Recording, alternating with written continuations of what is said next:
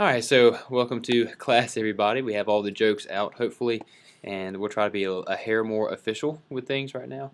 But we have three special guests today. So we have Rebecca, who is checking out Piedmont. And then we have Nathan and Liz, who are at Revo Church. And today we were discussing establishing children and youth ministries. And so Revo Church has done that well, and they do it in both a mobile setting and in a church facility setting because they have two campuses. And so I thought their perspective, doing both, would be extremely valuable because you don't know exactly what your setup will be. And so I think their wisdom is going to be very valuable. And so I'm going to let you two kind of introduce yourselves a little bit and kind of what you do. Nathan, we know you, of course, but you can maybe share your favorite flavor of ice cream or something random. Okay. And then you can introduce Liz or let her take the show. And then you guys have until we end. And so, Nathan, take it away. All right, cool. Well, I'm Nathan. Let's see. My favorite flavor of ice cream is probably going to have to be chocolate chip cookie dough. Sorry, that's irrelevant to the class. So, well, actually, it played an integral part in my life, coming to Christ. So that's another story for another time. Before Liz takes it away, let me go to bat for kids ministry. I've learned this firsthand that a family that has kids will put up with bad preaching if their kids are being impacted. A family will overlook bad worship music if their family is being impacted. A family or couple will put up and tolerate Sunday morning in a lot of different ways if their kids want to be there, if they feel like their kids are being impacted. And so a solid kids ministry covers a multitude of sins in a church. And I've also seen the very I've also seen the very opposite of that. We've had people that have come to me that said they really loved a specific church. They loved a pastor. They loved the location. They loved the music. They loved the staff. And they just said, but one of the reasons why we're here visiting Revo today is because that church really didn't have anything for my family. They didn't have anything for my kids. And so I've seen it both ways. If you don't think that kids ministry is important, or you don't think it's that big of a deal, or you think it's maybe a non-negotiable for you, or you don't need to worry about it, I would argue the exact opposite. If you had the opportunity to invest in something and to put a lot of time and energy and effort behind it, then I would suggest really think through kids ministry if you're going to reach anyone over the age of 25 years old. Kids ministry was something that we prioritized from the very beginning. We wanted to make sure that even in our salary process, that kids minister was one of the first people that we brought on staff full time. And I'm gonna let Liz kind of introduce herself. She's been the brainchild behind our kids ministry, and a lot of the success that we've seen as a church. I am unashamed to say has been built on this foundation of providing a great environment for families to come, including their children. So, Liz, you want to introduce yourself and kind of share your heart for youth ministry or kids ministry? I'm Liz, and I've had the opportunity, I guess, the past 5 years to help lay the groundwork for the children's ministry at Revo, like Nathan said, at both campuses, permanent through multiple permanent locations downtown into our permanent campus now in Rule Hall. So gotten to put my hands in a little bit of everything, so it's been fun. I had the opportunity in college to work with the children's ministry, and the leader was a person who was investing in me, and so just the opportunities I had through that and seeing the need when I was a kid. I didn't enjoy church. I would hide in the bathroom stalls. My brother and I would wait till the Sunday school alarm went off, and then go to our parents' classroom, pretending like we had been and stuff. And so my heart kind of changed in college for children's ministry when I was able to be a part in volunteering and serving in that children's ministry and seeing, that it can be fun and it can be a place that the kids want to go and they want to show up at, they want to learn. And so I guess that's kind of where my heart for children's ministry began, is just seeing that it could be fun, that the kids do enjoy it and they do want to learn about Jesus. It doesn't have to be boring. So for me, that was kind of where we began, is creating an atmosphere that was just fun for the kids, that they could come and learn about Jesus, but not be intimidated, because we know that fun is the language, I guess, that speaks to kids and gets them the most excited and connected. And so that has been one of our main, I guess, things as we strive to move forward and create the environments at different campuses or whatever that looks like. And kind of echoing what Nathan said, you know, for Sunday morning, the parents will come if their kids are having fun. If they're not having fun and it's not somewhere they want to go and they're having to drag them, then it makes Sunday mornings more challenging. So they'll sacrifice some things, I guess, that they want to see in a church if their kids want to be there or want to go. We had a mother come up to me. I thought this was funny that she admitted it to me, but 2 weeks ago, she said we were planning on skipping. We had a late night. We came in from out of town Saturday night, and we just planned on skipping church on Sunday. But she said her daughter, when her daughter found out, she cried and said we have to go to Revo. And so she said, we got up because she wanted to come to church, and just a great example of how, I mean, if you create an environment, kids will get their parents up for church. Kids won't let their parents sleep. And so if you don't think that's important for a Sunday gathering, then man, you got another thing coming. Yeah, I definitely encourage if you do get some free time. I know you guys are in the class are involved in local ministries, but if you do get a chance to go to visit Revo on a Sunday morning, go visit, check out how they do things, see the process. Even in future years, get closer to maybe even you transitioning to some type of role like that, even doing that. Go in and check what these guys are doing because you got to see it. When my wife and I were there, it really is exactly what they're saying. It's a great place for kids, and they go all out. You can tell it's a huge focus, and that the kids and parents are loved and taken care of. It's evident. It leads in everything. The preaching, it could use some improvement. It's gonna get it. I'm gonna get it. No, the preaching is actually pretty good. They all around do an excellent job. I respect and love what these guys are doing. Liz, how about you come take the driver's seat here so you can do pictures, and you just do it as you need to, and whatever's going to be best for y'all. One of the questions that Dustin had on here was how do you select and screen children's ministry volunteers and the leaders and directors?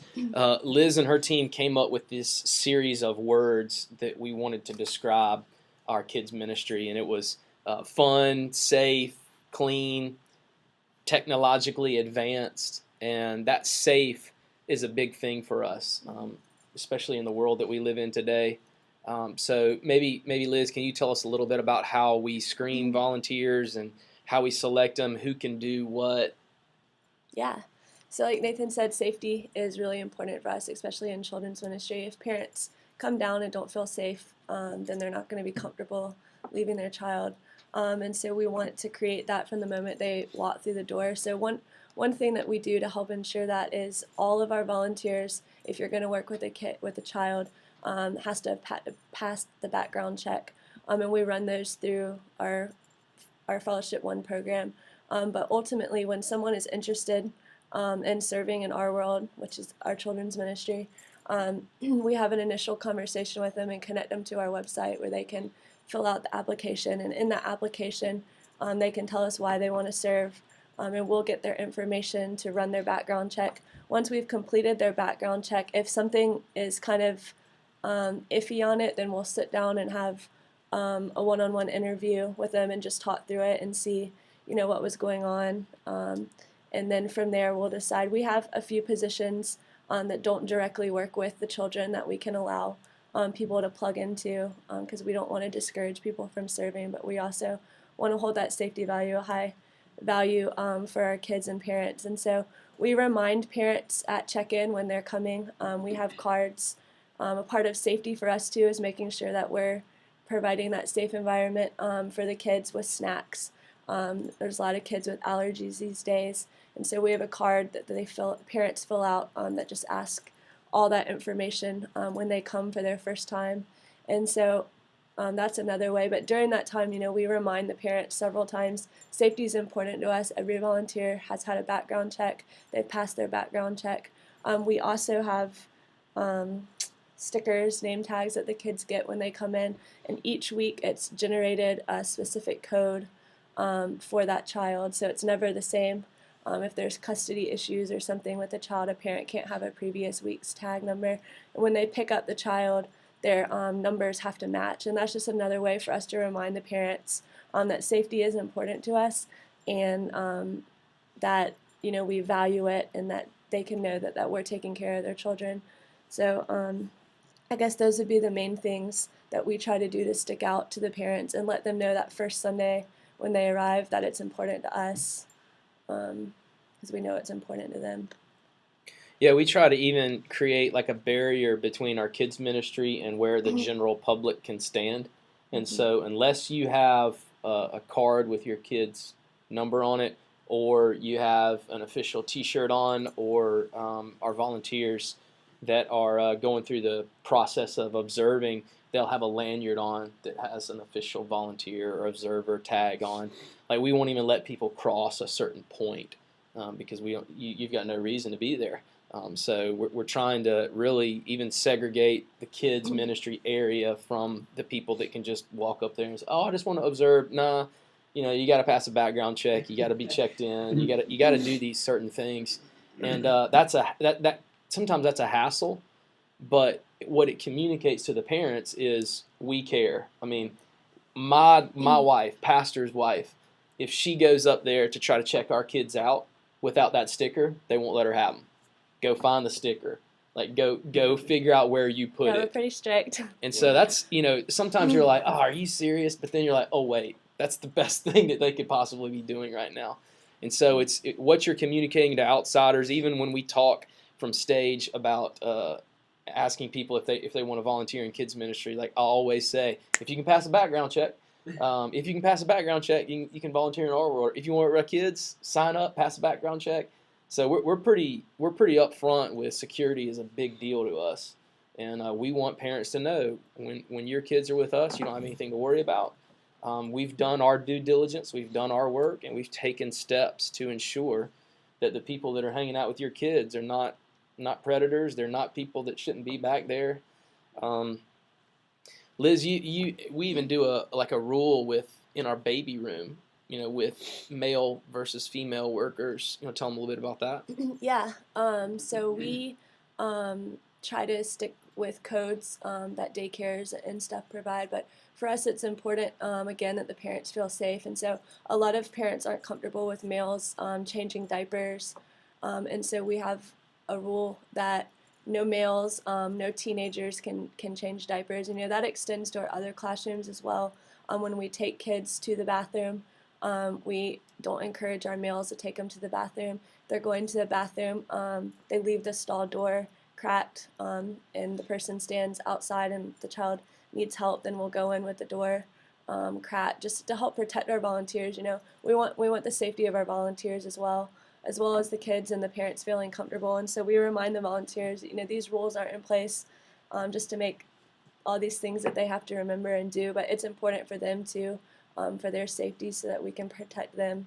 And kind of something, mentioning back to what Nathan was just saying, it's tough on that parents' first Sunday to tell them they want to come into the room with their kid, and we don't allow that because we don't allow adults in without a background check. And so it's been a cool thing. A lot of people look to the leader like, "Oh, I don't want to be the one to tell the people." And so it's been a cool experience for me to see over the past 5 years how tough that conversation is with parents, when they want to come in, but ultimately how they turn around and they're so thankful.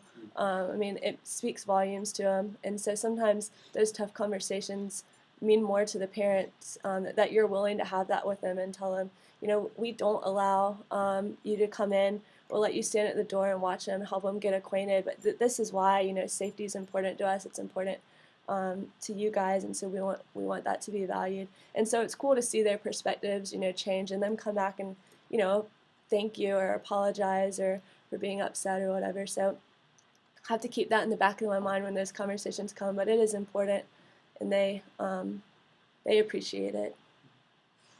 We'll have specific guys. You have to meet the requirements of being big, but they wear security T-shirts just to be seen. They have earpieces where we communicate if anything going on in the auditorium, Liz and the campus leaders have an earpiece, and our security has an earpiece, so that if anything ever happens, if anything strange, if they walk in the door or something, like somebody at the door can say, "Hey, we've got a parent that's upset or whatever. Something's coming your way." We also do on the codes. We have this system in play where if something goes wrong in the classroom with the kids, then the code flashes on the screen in the auditorium, so the parents can look. Oh, if that's my code, then I know something's up with my kids and something's wrong. So it even makes the parents feel that, hey, if anything ever happens while they're in there, we're not going to let them cry it out. We're not going to wait an hour until the sermon's over. Like immediately, those numbers pop up on the screen, and the parents can get up and walk out there. So, kind of a big deal to us. Security is, and Yeah, and along the security office at our permanent campus, we can't unfortunately offer this at downtown, but our kids are separated upstairs downtown, but the doors automatically lock from the outside, so you'll see pictures later, but our children's facility is downstairs at our permanent location, and everyone else is upstairs, and so it's just another way to provide security. All the doors lock once the service starts, so no one can access from the outside unless we let them in. So that's just another way for us to show the parents, we care about safety, and it's important to us. And I have a quick question. Are we able to see your application for volunteering for Our World? If you go to discoverrevo.com and then under the Next Step tab, there's a volunteer. Okay. And then there should be a link under there. And all of our ministry volunteer applications are listed right through that link. It's through Google. All right. Do you have y'all done any internships where, like in the children's ministry, where an intern came and kind of learned and they were part of another church plant or something like that? Have y'all done that, or at least willing to do that in case we do have interested students? Yeah, definitely. We've had a couple of students from different areas, just different, not even necessarily studying to be a children's minister or ministry in general, but come through that we've had the opportunity to share with. There's a girl right now whose husband is studying under Nathan. She wants to do the children's ministry stuff, so we've had the opportunity to sit down with her already a couple times since they've been here and just talk through things and help her step up in some volunteer positions and leadership roles. We have a girl this summer do an internship who's finishing up and looking forward to applying that the next couple weeks and all that stuff. But yeah, I'd love to have people come and learn from you guys. Yeah, we did. The girl she's talking about, Jess, we did a paid internship with her this summer and are getting ready to hire her full time. And Liz does a great job. I call it our farm league. She does a great job of reproducing herself. We have campus leaders on both of our campuses. So it's not even downtown, even though Liz is the top dog, there are people that run it for her. And if anybody has a problem, they go to our campus leader. And so she's trained these campus leaders so that basically if they get an opportunity to go, they'll be trained. If we want to hire another person, we've got a farm league that we've brought them up in and established the culture of our kids' ministry. And so, yeah, we're passionate about that, helping to equip other churches and send out other people to be a part of ministries, whether it's here in the city or around the world. So, well, you brought a bunch of pics with you. This next question is, the setup of the kids' ministry rooms, mobile versus our permanent location that's in North. So you want to walk through those? Yeah, definitely. So like I said earlier, fun for us is a big thing, and this is the opportunity in our environments, our room setups, to really portray that to the kids, especially those first-time kids who haven't come or maybe iffy about coming into a new environment. And so something that we've tried to do in every single one of our rooms, whether permanent or portable, is have the one element that really sticks out to that age kid that grabs their attention. And for example, in our younger preschool room, we have a ball pit set up, and we try to keep it as a focal point so that when you come to the door to drop the child off, it's like one of the first things they see. And our volunteers know that which toys kind of help grab the attention of the kids and can speak to them on that level. that they are, and so they will help like point out those toys. And we've just found it helps us have an easy invite to the kids who maybe are apprehensive to come in. We can again speak to them on their language. Oh, this is fun. This is something I want to check out. It makes the parents excited when their first-time child comes in, sees them go straight to a toy, and latches in. So we have a ball pit in our room above that. There's a big jump castle. In our elementary room, we've got like the air hockey table, some basketball goals. There's dueling Wii games in there. And we try to have the Wii as a big, we found to be a big attraction, I guess, for our elementary age kids. And so no matter what campus you go to, that is going to be the first thing that you see when you look into the room. Again, just to invite them in. And so that's one of the main things that we've tried to do. We try to keep our environment consistent among the different campuses, just as much as we can. Our downtown campus is at the Children's Museum, which if you guys haven't been there, it's like Kids City. So we're really blessed in that it's really easy to create an environment there that they want to come into, that excites them. And so we didn't always have that for our portable campus. We've been in the MRCA, which is a building right in downtown Winston, that we were actually in hallways for the first part. And so we set up a bunch of pipe and drape, which, if you can see in the back of this picture, those pipes back there in the drape, that's basically what we set up to create walls completely around to create rooms. And then we would bring in the elements from there. Here's a couple portable pictures. Unfortunately, these are with walls not created by the pipe and drape. But we try to create the environments. And this is our nursery room currently at the Children's Museum downtown. It doesn't any longer. It used to share with what we call our park environment, which is an environment that we create for our kids who have to stay multiple services. Again, we want church to be fun. We want them to have to go through the lesson twice and like, oh, I already did this. This is boring. So we created a room just for them to serve them and their parents and thank them for volunteering that they can come to.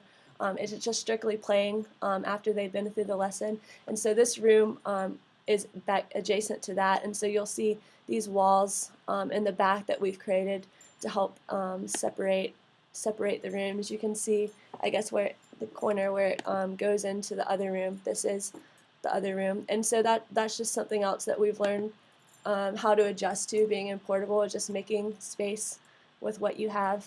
All of our classroom or environments pack into boxes, kind of like you see here. And so we have a team that comes in early and sets up for us, and we remind them constantly how important it is and what they're doing is helping the kids learn about Jesus. When they set out the toys and cut them on and everything's set out for them ready to come in and play, it's inviting for the kids again, and so they want to come in rather than the toys be put in boxes or not out or not set up ready for them to come right in and play. So that's something that we try to drive home with our Strike Force, our setup team, just to help create that environment. And again, on our permanent campus, we do the same thing. The volunteers come in and we'll set out.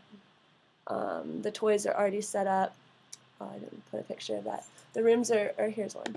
The rooms are set up with the toys already out, so the kids can come in and just start playing rather than kind of being apprehensive and not seeing them.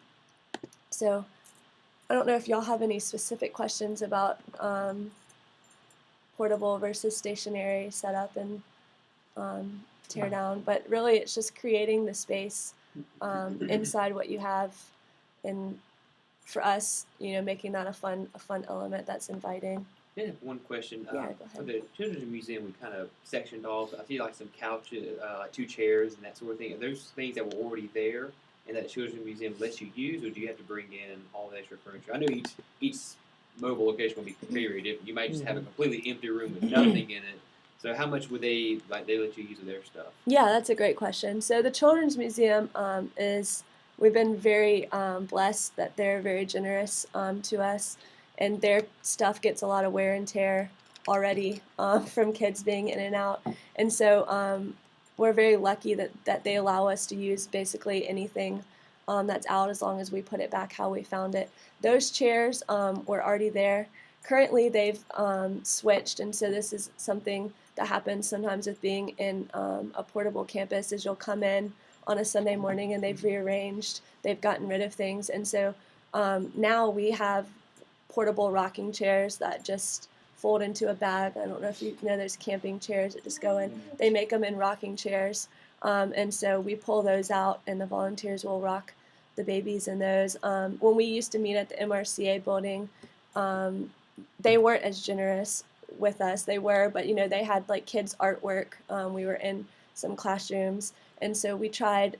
We had to protect things a lot more. So we would take pictures when we first arrived of every room and make sure everything was back exactly how it was to protect the kids' artwork. Again, we pipe and draped so that no one could touch it. And so I guess it's just adjusting to the environment. It's that you're in. very good tip because in the Children's Museum campus, they meet in this large room that has like some kids' art stuff on the wall, and they did have it covered with the pipe and drape stuff. So when you walk in, you're not tempted to go and touch and do anything. You just walk in. There's just black walls, and you don't even think. And I was actually surprised. Like we had been there for like 3 months, and I was like, chill. There's stuff back here. Look at this. Like, when they were tearing down, I'm like, oh, look at all the art. You can kind of look at. So it's a good idea when you're using someone else's space. Do what you can to protect their stuff, and always abide by kind of how they what they require you to do and stuff. So I've got 2 questions, somewhat unrelated, somewhat. As a new parent and a horrible germaphobe, I saw ball pit, and immediately I thought sneeze and snot and poop everywhere. Yeah, Do definitely. y'all have people to clean stuff up with stuff like that? We do. So as Nathan mentioned earlier, 3 of our main things is fun, safety, and the third one is cleanliness. And so between every service, the toys are all wiped down. If a toy is put in a child's mouth, it's cleaned with Lysol. Yep. And then after the service, once all the kids are out, before any room's torn up, every toy is completely cleaned. And we do that so there's not Lysol spray massively overwhelming the kids and all that. And then about once a month, sometimes one and a half month, a couple more weeks will go by, but all the toys are deep cleaned. We go through and make sure, again, they have batteries, they're working. It's not a piece that's about to break off. Just again to try to make a clean environment because it's important. And we also will post during flu season just to remind our parents, hey, it's flu season. If your child has any of these symptoms, we'd take them home. Yeah, ask them please not to bring them, for the other kids. And we try to be really careful with our volunteers as well. If they, when you work with volunteers, sometimes you're like, oh, we just need you to come in and this Sunday we're low or whatever. But if we have someone who's even got a sign of sickness, we'd rather them just stay out. And so we try to promote that with the parents. And when we do have those clean days, or we have a volunteer come in during the week to clean, take a picture and post it just to remind them, hey, we care about it, and it is important. My second question is in regards to security. Do you have people maybe before any service starts go around to check some of the outside doors, maybe around the children's area, just to make sure that they're locked or there's no rocks sticking, between the door and the frame so no one can sneak in? Do you have anything like that? I'm just curious how y'all do it. Yeah, so at our downtown campuses, the rooms are upstairs. There's no access to them except through the stairwell.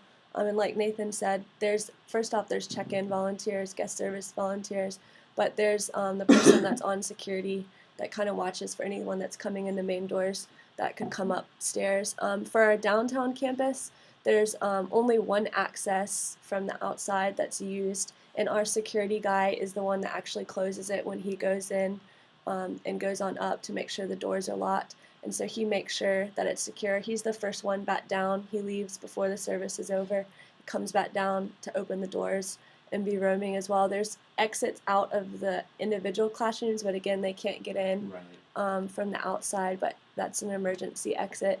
And the volunteers are in there to make sure, that they're closed. That's a good question. One of the cool things that, man, you guys are going to have to be good at is being really thrifty with how you do kids ministry. When you talk about being portable, they charge, in many places will charge you by the room.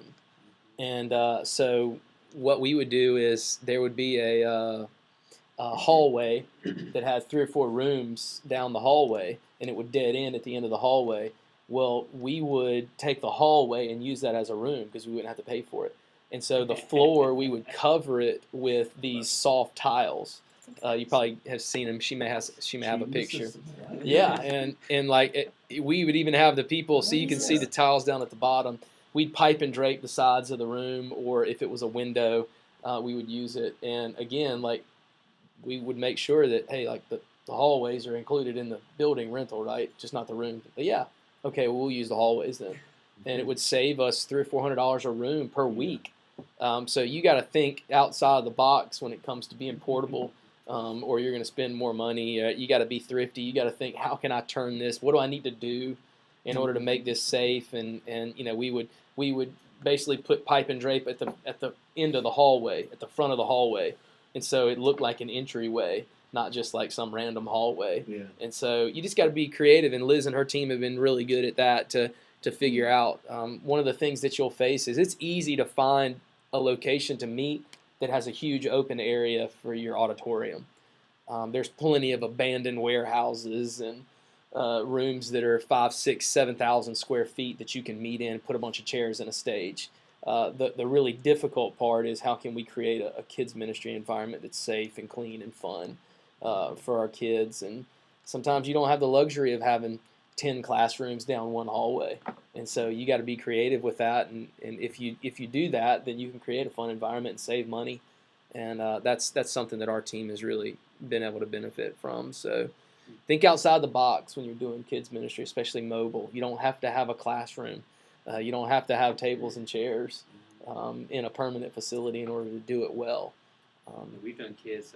We meet over here in the Hope Chapel building, and for a long time we had our kids down in a little foyer lobby in the bottom. So you go there. There's the bathroom. There's doors. All this is a little open place, but we just kind of set up little barriers and different things and put down the same kind of mat and did all that kind of stuff. So I was going to ask, you're talking about being thrifty. So what I hear you saying, Nathan, is that the big trailer that you hauled all the stuff in, you just put all the kids in it for playtime, right? Right. I mean, it's in the parking Well, lot. that was for disciplinary reasons. The trailer. Okay. That was what that was for. It was dark in there. Let's talk about the content Okay. for some of the lessons. I think they're really good. And I hate that we're slimming down to where we have about 15 minutes or so. So I want to make sure, and we can discuss youth ministry a little bit different, kind of Okay. move back quickly. Yeah. But I think the kids is really the really, really big thing. Okay. Let's talk about the content. Yeah, so I guess one of the things you'll hear us say a lot is that we want it to be on that kid's level. Basically, what we mean by that is each child develops differently. They learn things, for example, preschool kids learn through a lot of repetition, whereas the older elementary kids, repetition is boring to them. It's not how they process and work. And so we try to make our content every week age appropriate on the level that the child can understand. And that goes on down to our nursery room. We'll have a Bible story for the kids that are older enough in that room. And sometimes that doesn't happen based on the ages that are in the nursery that Sunday. And then we'll have a younger preschool room, which is actually about the age that is on the picture that's up right now. And they will have, again, the same lesson. It will be a little more detailed. And then the next age group is a little more, and then so on. Our curriculum is, we try to make, again, it fun. And so one of the ways we do that is through what we call our theater environment. So once you hit our preschool environments, everyone on up goes to a theater time. And basically what that is we have live actors who will act out a skit for the week. We're series based, which means we kind of like our adult services. There will be a theme that we're going through for a certain amount of period. Right now we're in a kid flick series in children's ministry, and so we're looking at movies that are popular to the kids right now, and then the actors will act those things out and we'll talk about them. A Bible story will come up, they'll do songs and dancing, and in our elementary age group, again, for something on their level to help bring them in, we have a fun game, and I think there's some pictures of some of the games to try to help them. This was some of our elementary kids trying to eat donuts without their hands. They're racing each other. So that's just another way of us trying to make it fun and connect with them before that Bible story starts. This is a picture of one of our portable stage sets. And the actor, this was a farm series that we did. And so that was setting up, you can see the pipe and drape that was in the background. Another one, we were in a spaceship series. And then at our permanent campus, we try to keep it very, very similar to what's happening downtown. So if a child was to come one or the other, this is our permanent stage set for the series we did a couple months ago, a superhero series. And so we try to, again, like I said, keep it pretty consistent. If you come downtown, you're going to see something very similar. We have one TV screen down there. You'll notice in the back of this one, there's a projector screen versus the painted stage set that you saw in the back. We've actually added that at our downtown campus as well. And so that's helped us save a lot of room just being a portable church. And in the end, it was an upfront cost, but it saved us money not having to do stage set. We can put an entire background of whatever we want up on the wall, not have to set things up and breathe things, which has been really helpful in that sense. And so that's our theater environment. Our kids then go back to their classrooms, and we'll have small group leaders. And here's an example of a small group. They have a lesson that is written off the script that they have. One of the things that I try to see is, like, my main job is to make the volunteers successful on Sunday. And so for me, what that means is if they can walk in the classroom on Sunday and have everything they need, the lesson pre-scripted for them, then they're ready to go. And so we try to do everything we can during the week to make that happen for each age group on the different levels and the different lessons. One of the things that we've learned from our volunteers is it's intimidating. They think, oh, I'm going to have to write my own lesson, or I don't know what I'm going to say. And so if we can take those things away from them and give them literally word for word, if they want to, have the clutch of reading it, they can, or if they want to read it before they get there and are comfortable, maybe they're a teacher without following it, but we try to provide them everything they need for that small group time so they can be successful and have fun with the kids. And then we open it back up for free time when the rooms are transitioning between services and kids are checking out and checking in. We don't let kids into our main auditorium because of this reason, what she was talking about. We want to teach kids on their level. And I'd love to tell y'all that I'm a powerful enough communicator that if your 4-year-old came in, they're going to get a lot from my sermon. But I can either preach to your 4-year-old or I can preach to you. I can't do both. I'm not a good enough communicator. And so we're really passionate about teaching kids about Jesus, and they're not going to learn that in our auditorium. So we train volunteers. We put a bunch of money in atmospheres that are geared towards teaching them Jesus on their level. And so we have a room set up outside where they can view a live streaming of the service. But if you don't want to disconnect from your kids, but we don't let kids in the auditorium. That's how much we care about your kids learning about Jesus, because we know they're not going to if they come in the auditorium. And chances are you're not either, because you're going to be babysitting your kid while you're in there, trying to keep them quiet, trying to entertain them. So we've caught some flack from that, but we've also caught some flack from some people when they look at our rooms and they see how fun it is, they're like, oh, well, you're just about having fun. You need to teach them about Jesus, or you're focused more on all this fun stuff. Man, don't worry about when people say that, because we want to create a fun environment. It's all about Jesus, man. You can come to Revo and find out. It's all about Jesus. But if there's a way that when your kid is crying and doesn't want to leave you, and they walk up to that room door and they see a huge inflatable bounce castle, if that will get them in the room, then that was $250 well spent. If they have a fun time when they're in there and they get to hear about Jesus and they want to come back because they get to play with their friends on the Wii for the first 10 minutes, then if that's what gets them back in the room so that we can tell them about Jesus, then those TVs and those Wiis were money well spent.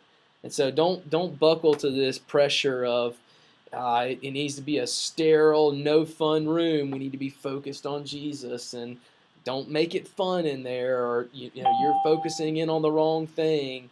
That's just ridiculous. Create an environment where they want to come back and learn and have fun, and just make it all about Jesus as well. So that's what we try to do. I think someone asked the question if we've had visitors turned off by not letting kids into the auditorium. That's the worst conversation we have. What's interesting though? 99% of the time, it's the parents, not the kids. The kids want to go. The kids want to be in there, and their parents are like, "No, you're not ready. You're not ready. You don't need to be in there by yourself." And it's the parents that really aren't ready to do that. And so we've turned some people away. Some people have walked off mad. That's happened maybe 3 or 4 times in 4 years. When you have a rule like that, you have to make an environment where they can go in. And so we have like a mother's room or a sitting room where they can watch the service live with their kids. It's outside of the auditorium. And so we don't tell you can't stay. We say, all right, if you don't want to check your kids in, then we have an environment set up for you that you can hang out with your kids and play and watch the service live, the music, the sermon, the whole deal. It's one of those where you got to stick to your guns on it. But we believe that that's the best thing for the kids and the best thing for the parents and everything in between. So that's why we kind of stick to it. And let's close out on how you're, even outside of the Sunday morning gathering, how are you equipping families for them being the primary disciplers of their own family? Yeah, quickly, I know.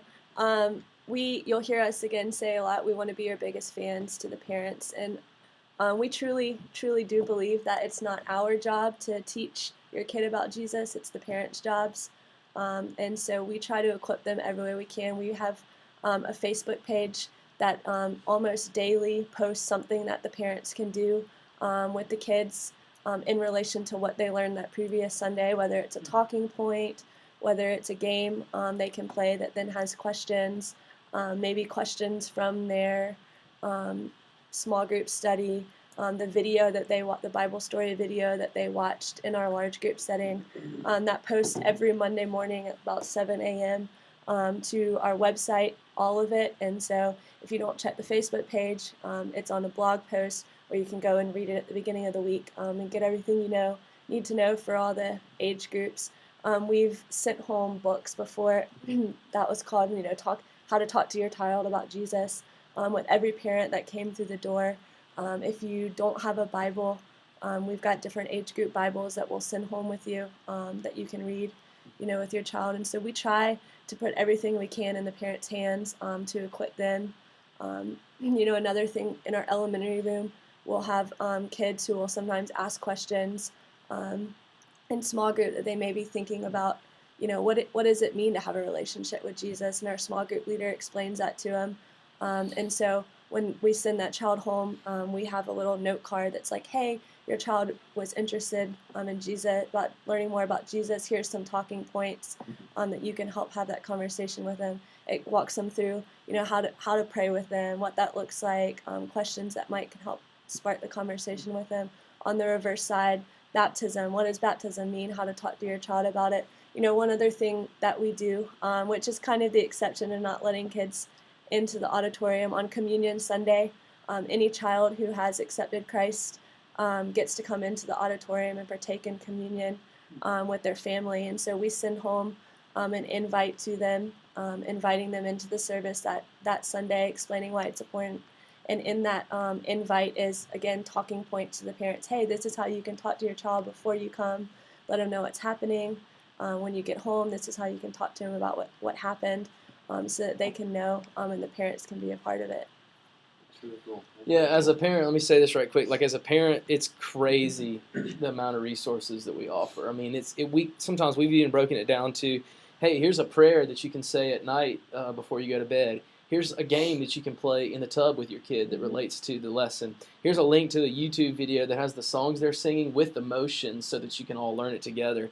Hey, here's something you can ask your kid when you pick them up from school and how it relates to the lesson. Here's a blog that we wrote. Here's a resource that we provide. Here's a book. Here's a Bible, whatever it is. And so, yeah, we're trying to provide every opportunity for parents during the week to piggyback off of what we're trying to do on Sunday.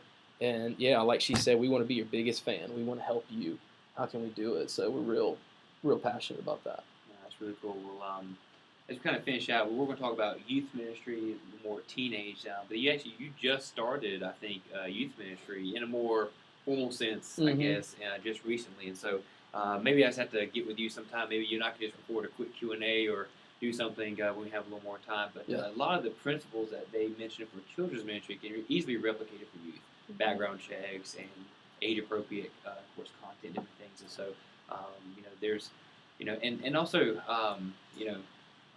what they have shared today has taken years to put together. I doubt week 3 looked like what it looked like this past Sunday. And also, and I'm sure you would, by necessity, you would have to agree. Do what you can with the amount of people and resources you have. Revo has been blessed with some really strong growth, a lot of great volunteers, really good leadership, and so they have built that in, and they have developed from that point. So don't get overwhelmed and think, oh, I'm not able to provide, all these different kind of environments, these different rooms, Well, there's principles that you can do. There's, certain things that you definitely can do. The safety stuff should be, without a doubt, before you get toys, focus on that safety thing, and then start focusing on, just kind of around out, but don't get overwhelmed. But do learn from churches like Riva who are just really, really focusing and doing it well, putting a lot of their time and resources. And I thought it was really odd at the very beginning when I first met these guys, because Pastor Nathan, he was raising his own support from outside the church. Some of the other pastors and elders were doing the same thing. And he's like, the only person we're paying is our children's person. And so we don't want them to have to worry about that. I'm like, that's pretty smart, if we're going to raise funds, we want to raise it to support that children's ministry person. And I, like you shared at the beginning, the story of, the kid wanted to come, and it brought the family back, and especially if you're in a neighborhood, in a community that really, there's a lot of families, maybe more suburban or whichever, a lot of family events kind of going on. That's a big deal. So you take care of the kids, and you take care of mom and dad too. So thank you guys for joining us today. It's extremely beneficial. And feel free to contact them. As you want to explore just learning, maybe they'll do a background check and let you walk in and I was check just things getting ready out. to say that. Yeah, we'll give you a Um, behind-the-scenes look as long as you can pass a background check. nice. There They was really that do. one time. They really do take care of families, and it bleeds from everything from when you pull into the parking lot and then through the sermon time and everything. So thank you guys. And